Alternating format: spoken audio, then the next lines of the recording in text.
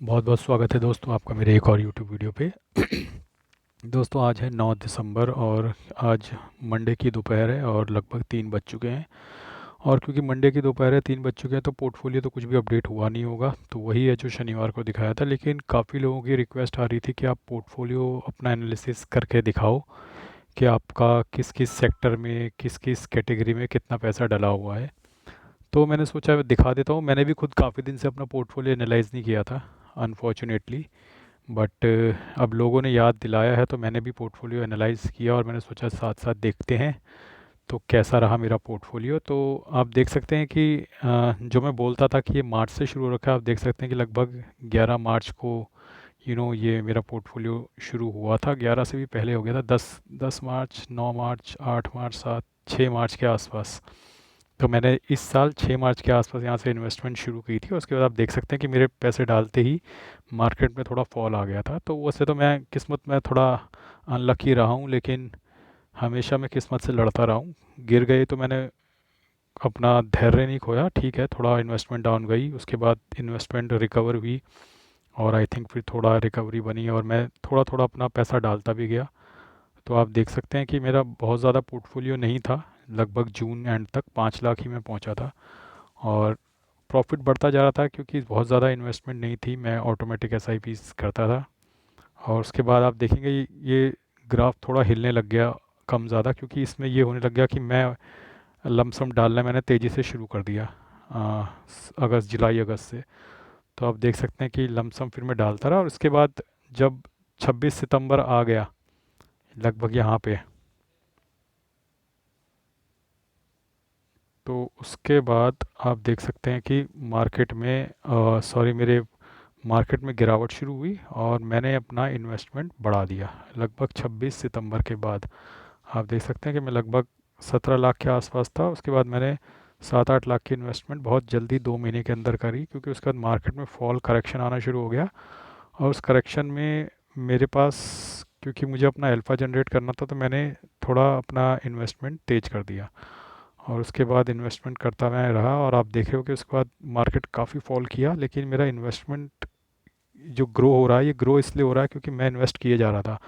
और आप देख सकते हैं कि यहाँ पर लगभग 26 लगभग सितंबर के आसपास में 1,09,000 17,000 तक प्रॉफिट पे पहुँच गया था। और और लगभग 27 सितंबर से मार्केट फॉल करना शुरू कर गई थी। उसके बाद प्रॉफिट आप देखेंगे मेरा धीरे धीरे कम होता चला गया और उसके बाद तो ये नेगेटिव में भी चला गया था कुछ समय बाद।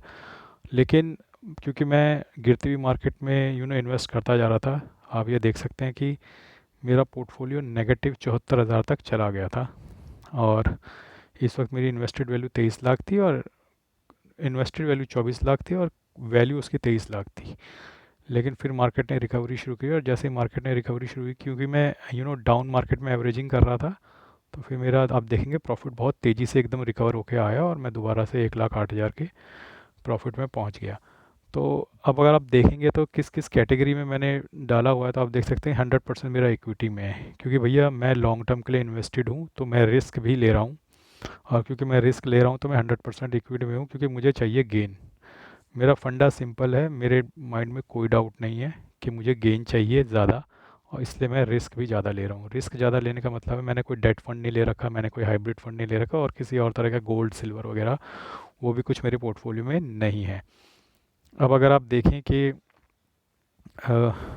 एलोकेशन वाइज, सेक्टर वाइज, मेरा जो फंड है 27 लाख जिसकी वैल्यू है लगभग 27 लाख 15-20 हज़ार जो भी है, वो किस किस सेक्टर में डला हुआ है। तो आप देख सकते हैं कि फाइनेंशियल सेक्टर में सबसे ज़्यादा 17.89% मेरा पैसा डाला हुआ है। कैपिटल गुड्स में 11.44, सर्विसेज में 9.16, एनर्जी में 9.09, हेल्थ केयर में 8.116।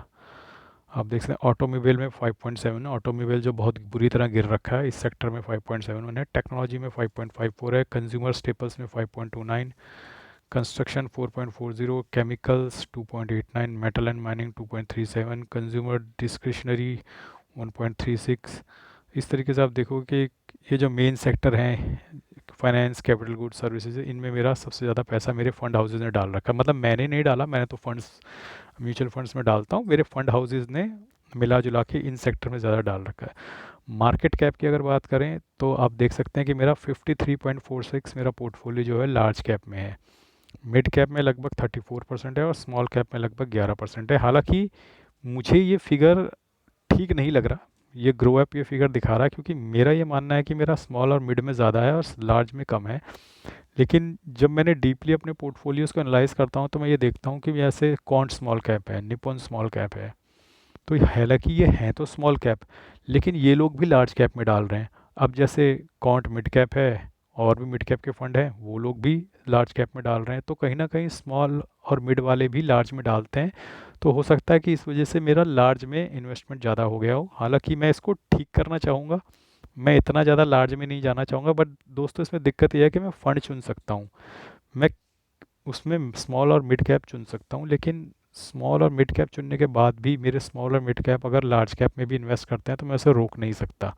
क्योंकि आई थिंक कुछ फंड्स में मैंने देखा है कि वो स्मॉल कैप या मिड कैप का होने के बाद भी, एक्सक्लूसिवली स्मॉल और मिड कैप होने के बाद भी वो लार्ज कैप में इन्वेस्टमेंट करते हैं।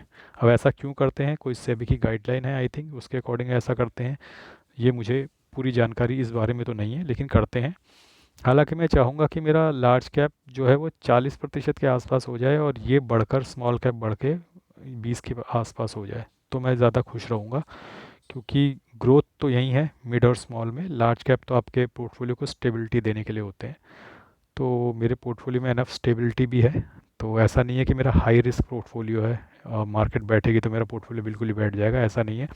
और ऑफ लेट जब मार्केट गिरी है पिछले 2-3 हफ्ते में, मैंने एक्सक्लूसिवली लार्ज कैप में ही इन्वेस्ट किया है। उसकी वजह ये थी कि मुझे ये लग रहा था कि स्मॉल कैप और मिड कैप में और फॉल आ सकता है और ये लार्ज कैप में इन्वेस्ट करने का सही समय है, क्योंकि लार्ज कैप 10.5% गिर गए थे। तो शायद ड्यूरिंग दैट टाइम मेरा ये जो लार्ज कैप में है इसमें इन्वेस्टमेंट बढ़ गया, ये लगभग 40-42% के आसपास था जब लास्ट टाइम मैंने देखा था, ये बढ़ के 53% हो गया है, ये शायद उसकी वजह से हुआ है।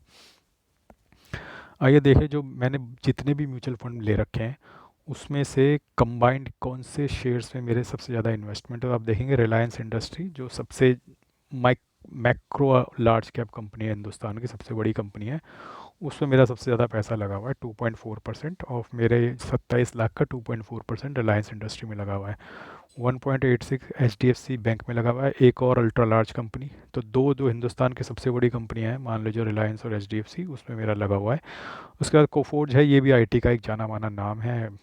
आई डोंट नो ये निफ्टी 50 में आती है नहीं आती, लेकिन ये भी बहुत बड़ी आईटी कंपनी है कोफोर्ज, और इसका पोटेंशियल ग्रोथ का बहुत अच्छा है बाकी जो लार्ज कैप आईटी कंपनीज हैं। स्टेट बैंक ऑफ इंडिया, ये भी जाना माना नाम है, इसमें भी मेरा 1.49% ऑफ माई पोर्टफोलियो है। एनटीपीसी इसमें भी लगा हुआ है, आप देख सकते हैं। आईटीसी में है, आईसीआईसीआई बैंक है, जियो फाइनेंशियल है, और परसिस्टेंट सिस्टम है, ये भी आईटी का। भारत इलेक्ट्रॉनिक्स ये अपना डिफेंस वाली, और विंदो फार्मा फार्मा की कंपनी, लार्स एंड टूर्बो ये अपना इंफ्रास्ट्रक्चर कंपनी। भारत 22 ईटीएफ में भी 1% लगा हुआ है। Zomato, Polycab, Kalyan Jewellers, Max Healthcare, Hindustan Aeronautics, Bajaj Auto, Container Corporation of India. Container Corporation of India ये क्या है, मैं तो मैंने इसको कभी सुना भी नहीं, चलो ठीक है, होगा कोई शेयर। काफ़ी 0.78% ऑफ मेरे फंड का लगा हुआ था, यानी कोई अच्छा ही शेयर होगा अगर लगा हुआ है तो। डिक्सन टेक्नोलॉजी एक अच्छी कंपनी है। ट्यूब इन्वेस्टमेंट ऑफ इंडिया अच्छी कंपनी है। Oil and natural gas, Infosys, power grid corporation, Axis bank, Balkrishna, federal bank, Trent, IRB, Bharat petroleum, Voltas, Marico, coal India, power finance corporation, Samvardhana Motherson, the Indian hotels. दोस्तों आप देखो, हिंदुस्तान के जितने भी बेहतरीन स्टॉक्स हैं वो सब मेरे फंड में अवेलेबल हैं। तो निश्चिंत होने की बात है या नहीं है, मैं तो बिल्कुल निश्चिंत हूँ, क्योंकि मेरे फंड्स बहुत अच्छा काम कर रहे हैं और बहुत बेहतरीन स्टॉक्स उन्होंने चुने हुए हैं। अगर आप ये स्टॉक्स आप देखोगे, आपका दिल वैसे ही खुश हो जाएगा, यार बेहतरीन स्टॉक्स हैं, कोई भी आज बेकार स्टॉक्स में नहीं नज़र आ रहा। शुरू जहाँ मेरी ज़्यादा इन्वेस्टमेंट है वो सारे अच्छे स्टॉक्स हैं। बाकी नीचे जो अदर कंपनीज हैं इसमें मिड और स्मॉल भी आएंगे। मिड और स्मॉल में आता है हमारे फंड मैनेजर की काबिलियत काम में, वो काबिलियत हमारे पास नहीं है, वो काबिलियत हमारे फंड मैनेजर्स के पास है कि वो मिड और स्मॉल कैप में पोटेंशियल जो मल्टी बैगर बनने वाला उस स्टॉक्स को आइडेंटिफाई करना। म्यूचुअल फंड में यही एक फ़ायदा होता है क्योंकि हम इंडिविजुअल हैं, हमारे पास इतनी रिसर्च करने का समय तो नहीं है कि हम पोटेंशियल मल्टीबैगर को आइडेंटिफाई कर पाएँ, और हमारे पास इतना स्किल सेट भी नहीं है, क्योंकि क्या क्या चीज़ें देखनी होती है, P ratio, P B ratio, E P S 50 तरह की चीज़ें होती हैं, एनालिसिस, बैलेंस शीट एनालिसिस, वो सब हम नहीं कर सकते, हम हमारे पास ना एक्सपर्टीज़ है। तो ये अदर कंपनीज़ में वो कंपनियां होंगी जिसमें म्यूचुअल फंड हाउसेज बेट लगाएंगे कि ये मल्टीबैगर बनेंगे अगले 5 से 10 साल में, और उनमें से अगर 10% 15% भी मल्टीबैगर बन जाते हैं तो हमारा पोर्टफोलियो अच्छा खासा ऊपर चढ़ जाता है। तो दोस्तों, आई थिंक जो सब आप लोग देखना चाहते थे मेरे पोर्टफोलियो एनालिसिस, मैंने सब कुछ दिखा दिया आपको, कंपनियां भी दिखा दी, मार्केट कैप भी दिखा दिया, सेक्टर भी दिखा दिए, और कैटेगरी डिस्ट्रीब्यूशन भी दिखा दिया, और अपनी जर्नी भी दिखा दी। तो उम्मीद करता हूँ आप लोगों की जो डिमांड थी मैंने फुलफ़िल करी होगी। अब अगले वीडियो में आज का जो नुकसान हुआ है उसके बाद मेरा पोर्टफोलियो कितना घटा, वो वीडियो मैं कल लेकर आप लोगों के सामने हाजिर हो जाऊँगा। आज के लिए बस इतना ही, धन्यवाद, गुड बाय।